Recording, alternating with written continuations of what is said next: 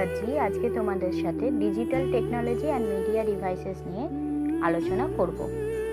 প্রথমেই আমরা জেনে নিই কয়েকটি ডিজিটাল ডিভাইসের নাম।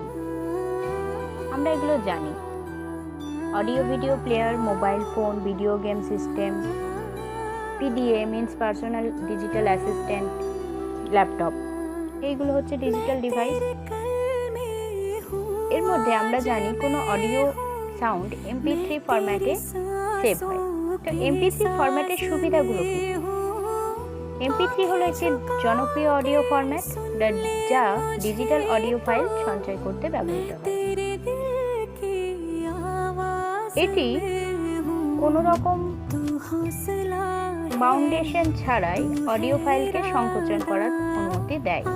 অর্থাৎ আমরা অডিও ফাইলকে ছোট করতে পারি। এই ফাইলের আকারও ছোট হয়, ফলে কি অল্প মেমোরির মধ্যেই এই ফাইল সেভ হয়ে যায় এবং ইন্টারনেটের মাধ্যমে আমরা এটাকে শেয়ারও করতে পারি এই সমস্ত ফাইলগুলো। ডিজিটাল ভিডিও ক্যামেরা এর কি কি উদাহরণ হতে পারে? একটি ওয়েবক্যাম, আমরা সবাই জানি, একটি ক্যামকর্ডার। ডিজিটাল অডিও এই প্রযুক্তির কি কি সুবিধা? এগুলি একটি কম্পিউটারে রেকর্ড করা যায়, এগুলি সম্পাদনও করা যায়, এগুলিকে সংকোচন এবং সংরক্ষণ করা সহজ।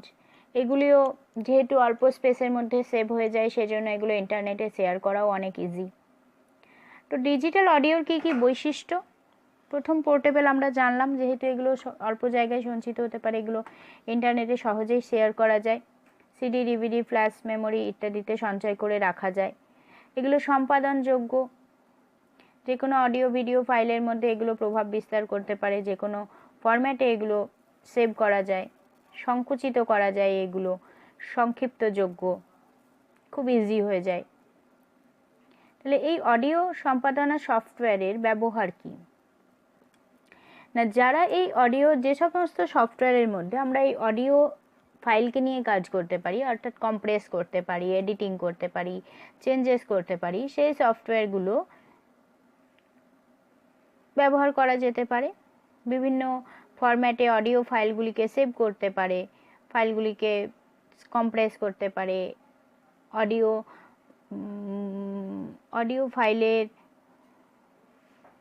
ভয়েসটা চেঞ্জ করতে পারে। এ সমস্ত যে কোনো এডিটিংয়ের কাজ অডিও সফটওয়্যারের মাধ্যমে করা যায়।